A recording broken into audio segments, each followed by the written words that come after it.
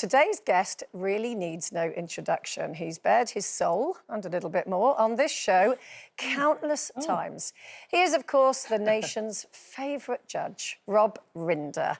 Roberto, how are you? Good morning, lovely humans. It's so nice to listen to you. I've actually listened to the whole show. It's been so... Hello and welcome, Sophie. Hello, Joan, of course, you know, so smart.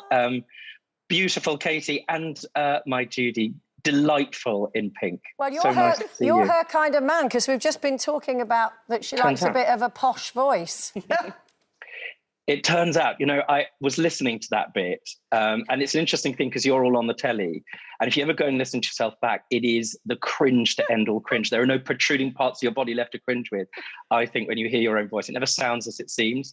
But I was delighted, not to say mildly, if not above averagely thrilled to hear that I could actually do voice recordings for you. Yes, and, your voice is who lovely. Knows? Your voice is absolutely lovely. I've kept all your voice notes, honey. But you two have met, haven't you? Yes, I have. And I know I'm not supposed to go first, but I'm going first. On. I just wanted to say to Rob, you know, a lot of people, I know Rob, and when I first kind of started to get in the industry, this beautiful human pulled me aside and said, listen, there's something about you, you need to keep going.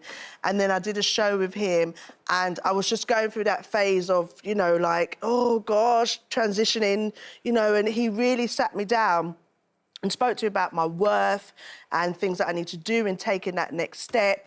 And I'm not going to cry because I need to keep these eyelashes on. And for him, in the position he was in, to take that time and have that conversation with me, I just want to say to you, thank you so much and love you very dearly. And I'm just so grateful. Thank you, baby. Well, I'm so proud of you in every way. You know, it's a real privilege to have watched you go from literal jazz-handed strength to strength. I when I think about your journey, most of which you know, and eventually you'll share with all of us, you know, what you've achieved is nothing short of extraordinary and an example to women everywhere, and especially my goddaughters, with inner belief and to crowd out the noise of the narrative that people tell you who you should be, and for you to have elbowed that out of the way and come through the curtain and decloak yourself in the fabulous way you do makes me feel limitlessly proud. So it's great. I feel like we should leave this private moment here. I do hear that a lot about you, Rob. You're very, very good at bigging people up. Who's bigged you up in your life? Who was your influence? What a lovely question. You see, that's so, all the women in my life, genuinely, I've been surrounded by a delight, that should be the collective noun, of strong, amazing women. You know, my mum first and foremost. There's some people have met and seen her. She's been on the show. You know, did this sort of, there she is. God, doesn't she look lovely? She did the fundamental thing, which was when she said she wanted me to be happy, she absolutely meant it. And the greatest privilege of all, you know, we talk often about privilege these days, but the loudest and most important one is to know absolutely fundamentally that you have unconditional love.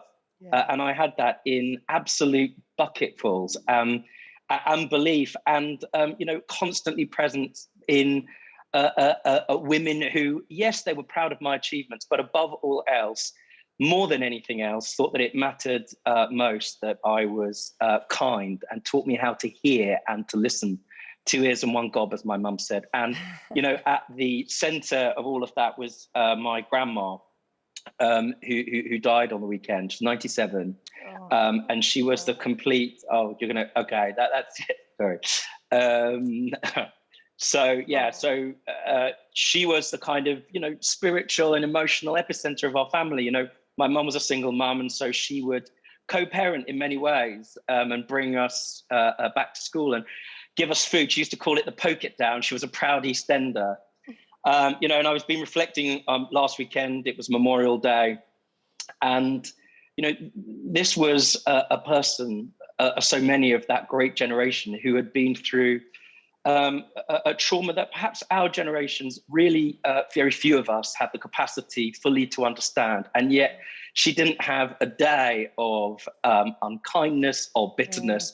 You know, all she ever wanted, in the truest sense, I know people tend to sanctify people who pass away, but this was absolutely the fundamental case in my grandma's case. She just wanted us to be happy. If we were happy around her and she was at a party with us, you could see this overwhelming sense of delight. And to think that she's not with us, you know, obviously leaves us empty, but I think of the joy and, you know, thinking today about all of the grandmas out there and how amazing they are. Well, she would have been incredibly proud of you, of course, not least for your legal career, but you're going to have a little bit of a change of career, aren't you, in the next few weeks? So you're starring in Snow White at the Bristol Hippodrome. Tell us about that.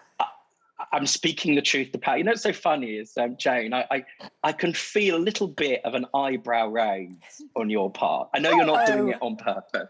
No, I mean, here, you know you are. I mean, I have to say, one of the really important bits of Grammar of the Week is reading your column and then having a little respond. And I don't know. I do think that, you know, I wouldn't normally necessarily have a go at this, but you know, I love theatre. I gave it up when I was at National Youth Theatre. And I thought, you know, nowadays, especially after lockdown, this is kind of an opportunity where there's a real genuine thirst for people to be alongside one another. And, you know, for me, Panto was the first time I ever went to theatre. And for most communities, for most families, it will be the only time in the year that they go. But the first moment where they get that kind of cultural experience of what it is to be in a theatre watching something live. And I think that really does matter. And, you know, I'm not calling myself an Ian McKellen, but, you know, I think it's a great British tradition and everybody's done it. And I'm hoping I'm going to do my very best. Plus, it's a really funny show. Far from raising an eyebrow, I'm jealous. I want to do it.